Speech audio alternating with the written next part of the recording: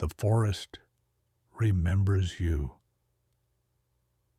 In the spring of 1986, workers at Chernobyl Reactor No. 4 began seeing something in the sky. It didn't have a name at first, just descriptions, a shadow, a shape, sometimes mistaken for a massive crane perched high atop the gantry, until it moved, until it flew. They said it had wings like canvas stretched over steel, that it hovered without flapping, that it wasn't silent, but humming, an electromagnetic pressure that made your teeth buzz and your stomach tighten. They said it had eyes, 2 of them, red and patient, like coals in a dying fire. But the eyes didn't glow like headlights. They watched, measured, not bright, but aware. One night, a technician named Andrei stepped out onto the catwalk alone. He'd stayed late again. His co-workers had stopped asking why. He didn't like to be home. He didn't like to sleep. Not since the dream started. Always the same. A pressure in the chest, a ringing in the ears, then wings unfolding in total darkness. That night, he climbed up to smoke, the way he always did. But he didn't light his cigarette. The moment he looked out over the cooling towers, he froze. It was there, hovering above the towers, black against the gray sky. Not flying, not moving, just there, watching him. Not a hallucination, not a metaphor, a presence. His lighter slipped from his hand and fell to the catwalk with a metallic clatter. The creature didn't flinch. Andrei did what every rational man does when the impossible stares back. He blinked, turned, and walked away like nothing happened. Like his mind hadn't just folded in half. Like he hadn't felt the air condense around his body like a vacuum seal. He didn't tell anyone that night, but others had stories too, always at the edges, between buildings, above cooling towers, in reflections that lingered half a second too long. They called it the Black Bird of Chernobyl. Some joked it was a new Soviet drone. Others whispered it was death itself. But the jokes thinned over time because the dreams started spreading. Same shape, same wings, same eyes. One woman, a chemist named Ekaterina, collapsed during her shift. No stroke, no heart issue.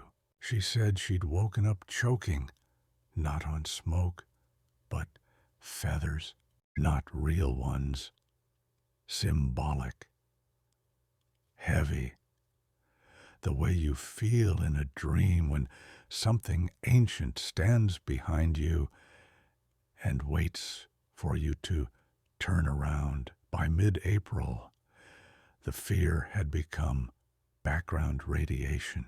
Not loud, just everywhere.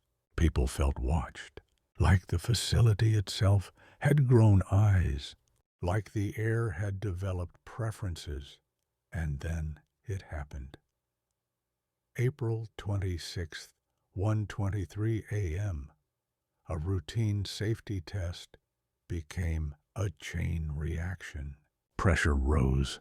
Steam blew the roof off. Radiation spilled into the air in invisible waves. Sirens wailed. Concrete cracked. Fire licked the sky with blue tongues. And in the chaos, someone shouted. Not about the explosion, but about the bird. Multiple witnesses swore they saw it rising above the smoke, wings fully unfurled, backlit by a burning sky. It didn't fly away. It vanished. After the disaster, the sightings stopped, not just at Chernobyl. Everywhere. No one's seen the blackbird since. Not in Ukraine, not in Russia, not in dreams. It was as if the creature had been summoned for that moment, fed by anticipation, gestated in fear, and born into the final hour like a symptom of disaster. And that, perhaps, is what it was. Not a creature, a hoax, or a hallucination, but a byproduct. Think about it. If mass attention bends randomness, as the Global Consciousness Project suggests, if billions of minds aligned in grief or horror can make random number generators stutter and fall into temporary coherence, what happens when hundreds of people concentrate not on tragedy but on dread? What forms take shape in the margins of that emotional field? We've walked through fog that never cleared. We've stared into eyes no lens could capture. And we've listened to voices that only speak when the rational mind finally goes quiet. And now we're here, at the edge again. But that's always where it ends, isn't it? With a shape in the trees, with a story no one believes until it happens to them. With a page that doesn't resolve anything, but instead folds back in on itself, like memory, like myth, like the looped path we keep walking without realizing it's already worn beneath our feet. You came looking for answers. You found echoes, but maybe that was always the point. Because what is a cryptid really? Not a beast, not a hoax, not even a mystery in the way we typically mean. A cryptid is a symptom, a side effect of something deeper. It's what happens when reality thins in one place, just enough for something else to seep through. Sometimes it walks, sometimes it flies, sometimes it just watches. But it's not here to be studied. It's here to be felt. It doesn't perform for cameras. It doesn't show up for your field report. It's allergic to certainty. And yet, we keep calling them, keep manifesting them. Why? Because the world isn't what we've been told. It's not a lifeless machine running on fumes, not a closed loop of matter and measurement. It's participatory, co-authored, laced with feedback. And consciousness isn't some accidental byproduct of flesh and chemistry. It's the pen writing the story. And whether we admit it or not, we've always known this. That's why we gather around fires and forums, why we whisper stories in the dark, why we share blurry videos and hushed confessions. We're testing the boundaries, checking whether belief still bends the air, seeing if enough of us tune in, something will tune back. You've seen it. You saw the data from the Global Consciousness Project, the spikes during 9/11, the death of Princess Diana, the COVID lockdown, the random number generators that stopped being random when the world felt something all at once. But you don't need machines to measure it. You felt it. That heavy pause in the air when everyone, everywhere is looking in the same direction. That moment when time warps slightly. Not forward, not backward, but deeper. That's mass attention.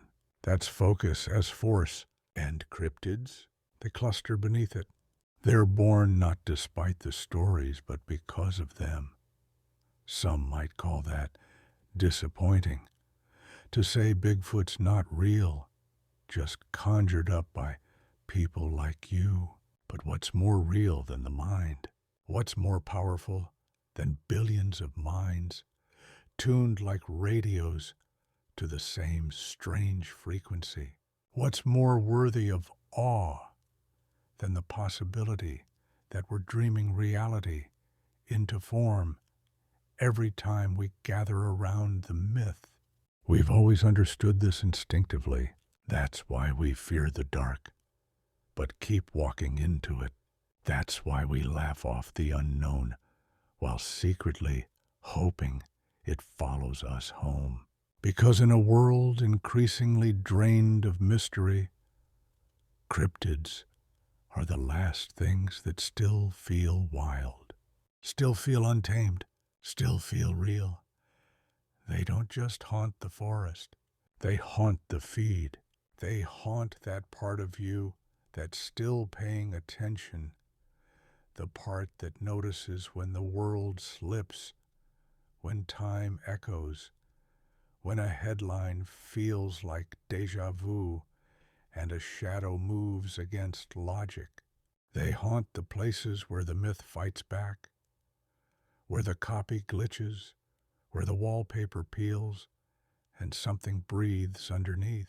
And that's what makes them sacred, because they are raw artifacts of something we forgot how to believe in, a participatory reality, a world that responds when called, a field of possibility still shaped by attention, emotion, and story.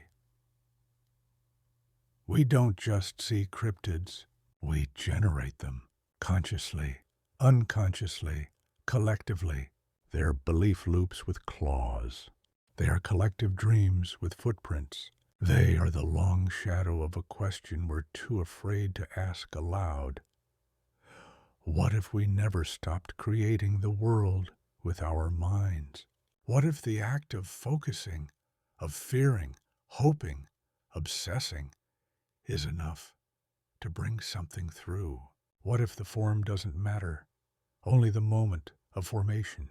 We create cryptids because we're testing ourselves, still seeing if we're the authors, still trying to remember what it felt like when reality was a canvas and not a cage. And sometimes it seems the canvas answers, but it never answers cleanly, because this was never about certainty. It was about participation. It was about awe. It was about the sacred murk, where wave and particle blur, where dream and documentary intertwine, where meaning doesn't arrive in a file folder, but in a flicker. The point isn't to find proof.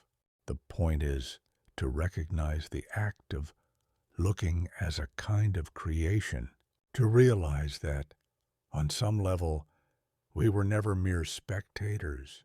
We were always in dialogue with the unknown. The forest has been listening as much as we've been listening to it.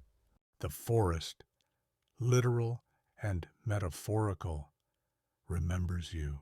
Every time you thought you saw something in the corner of your eye and paid attention, every time you shared a strange story or pondered a mystery, you left an imprint. Maybe just a small one, but it's there. So tip your hat to the shadow at dusk, whether it's just an animal or something stranger. Do it with humility and an open mind. Share the stories with honesty. Embrace the dance with the unknown as an essential part of being alive. After all, we live in a universe that by all evidence is responsive, participatory, and still very much undiscovered. We are not mere observers. We are participants. And the cryptids, those quantum maybe creatures, remind us of this fact with every elusive glimpse. They remind us that reality is not a fixed museum, but a continuing creation to which we all contribute. This has been an excerpt from Quantum Cryptids by Sam Elliott. Check out Elliott's new book, Paranormal Imprints, for an in-depth look into how some ghosts leave a mark on reality. Paranormal Imprints by Sam Elliott is available now.